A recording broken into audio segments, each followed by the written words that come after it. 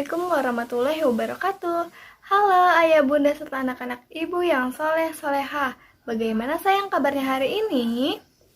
Ibu harap kalian dalam keadaan sehat selalu, tetap bahagia dan tentunya harus tetap semangat walaupun pembelajaran dilakukan dari rumah. Nah sayang, bagaimana persiapan hari ini? Boleh dipersiapkan terlebih dahulu alat tulisnya ya sayang. Pensil, penghapus, buku paket, dan juga buku tulisnya. Nah, setelah ini kalian boleh buka buku paketnya pada halaman dan pada pembelajaran ke. Nah, jika sudah dibuka bukunya dan sudah dipersiapkan bukunya, mari sekarang kita berdoa terlebih dahulu ya sayang. Ibu pimpin ya, berdoa dimulai.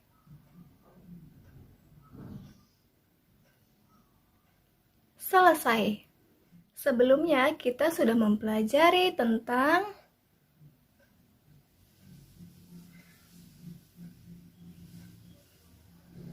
dan pada pembelajaran kali ini Ibu harapkan kalian mampu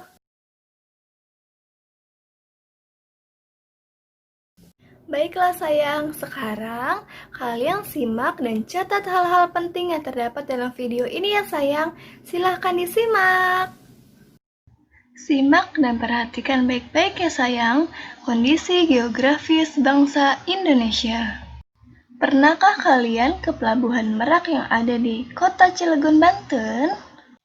Jika pernah, kalian pasti suka melihat kapal-kapal besar yang akan berlayar ke Bakahuni, Lampung. Dahulu kala, nenek moyang kita adalah seorang pelaut loh. Transportasi yang sering digunakan untuk menyeberangi pulau adalah kapal laut. Karena Indonesia sebagian besar wilayahnya adalah lautan.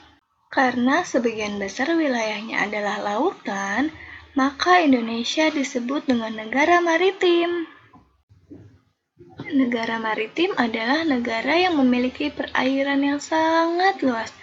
Lihatlah, yang biru adalah lautan, sedangkan yang warna hijau adalah daratan. Bagaimana sayang, lebih luas daratan atau lautan ya? Wah, hebat benar sekali. Jadi Indonesia lebih luas lautan daripada daratan ya. Maka dari itu, jadi Indonesia disebut juga dengan negara maritim. Karena kondisi geografis itulah, negara maritim juga berpengaruh pada berbagai aspek.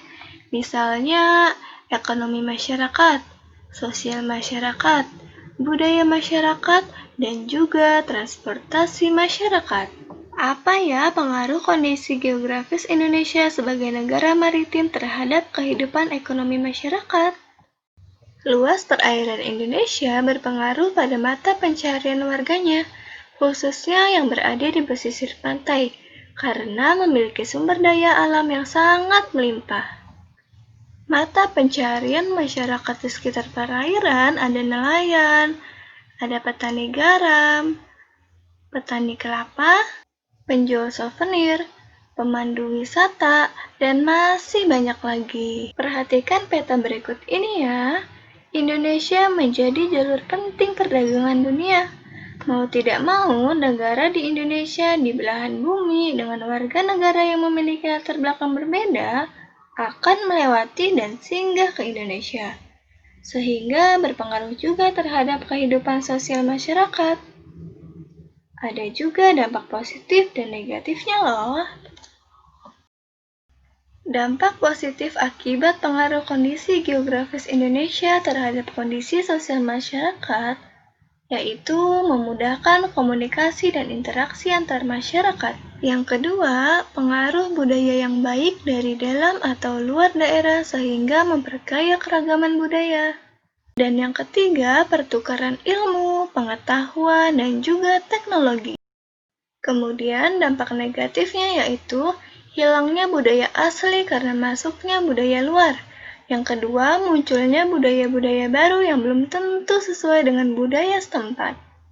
Selanjutnya yaitu pengaruh kondisi geografis Indonesia sebagai negara maritim terhadap kehidupan budaya masyarakat. Indonesia terdiri dari 13.000 pulau tersebar dari Sabang hingga Merauke. Masyarakat Indonesia terdiri atas ratusan suku bangsa dengan berbagai keragaman. Contohnya keragaman bahasa, adat, tradisi, kepercayaan, dan lain-lain.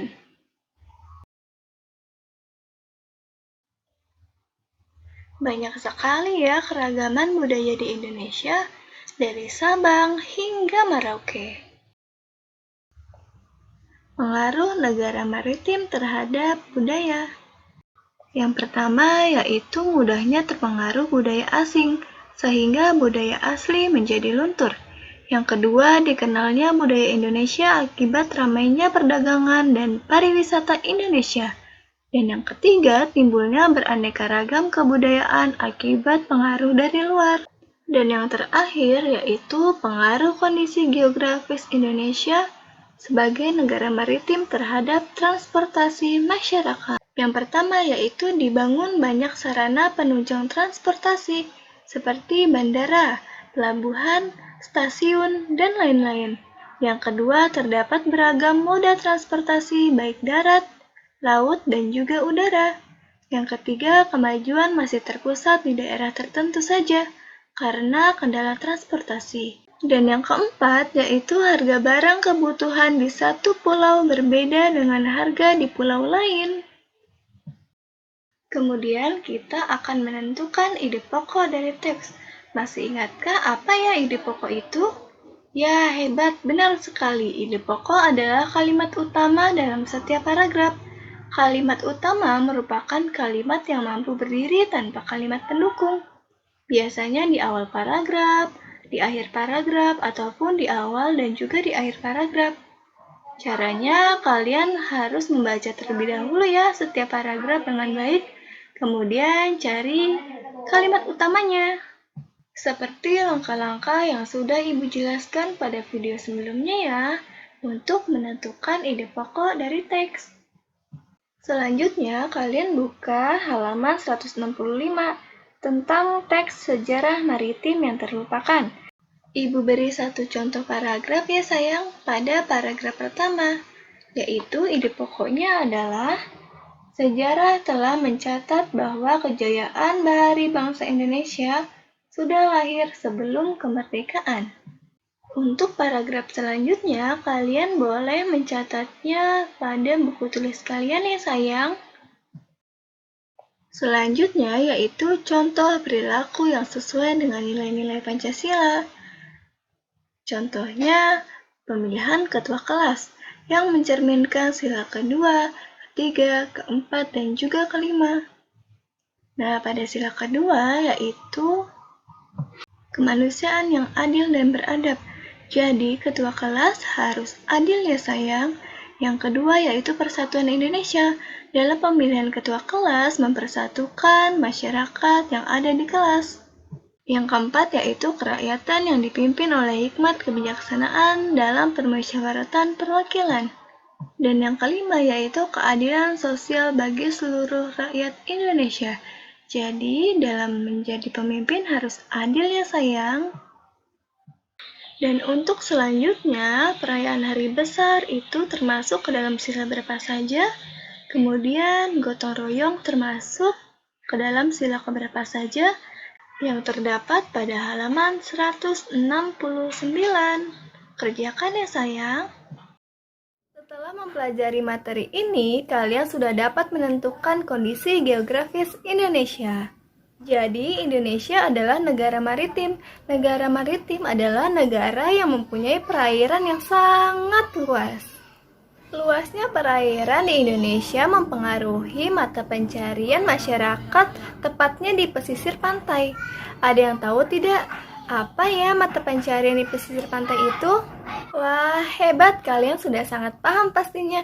Jadi, mata pencarian masyarakat yang berada di pesisir pantai itu ada nelayan, ada petani garam, ada pemandu wisata, dan masih banyak mata pencarian lainnya yang berada di pesisir pantai.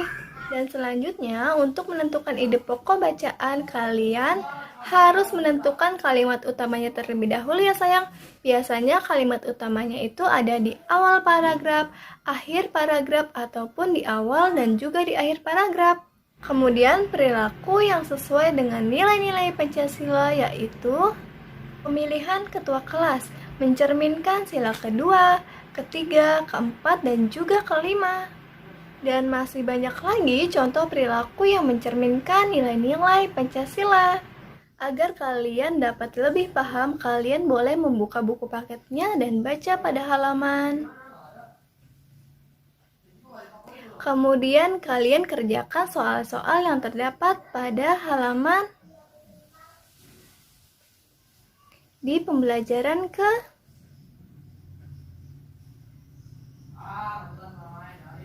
Jika ada hal-hal yang kurang dipahami, kalian boleh bertanya ke ibu guru ya sayang. Boleh melalui WhatsApp pribadi ataupun WhatsApp grup. Masya Allah, semakin kita tahu potensi Indonesia, semakin kita bangga ya terhadap bangsa kita sendiri. Semoga keberagaman ini tidak membuat kita bercerai-berai ya sayang, melainkan membuat kita semakin bersatu. Cukup sekian video pembelajaran tematik pada malam hari ini. Semoga video-video ibu yang ibu berikan dapat bermanfaat ya sayang. Dan jangan lupa tetap pelajari pembelajaran selanjutnya. Dan tunggu video-video ibu selanjutnya. Wassalamualaikum warahmatullahi wabarakatuh.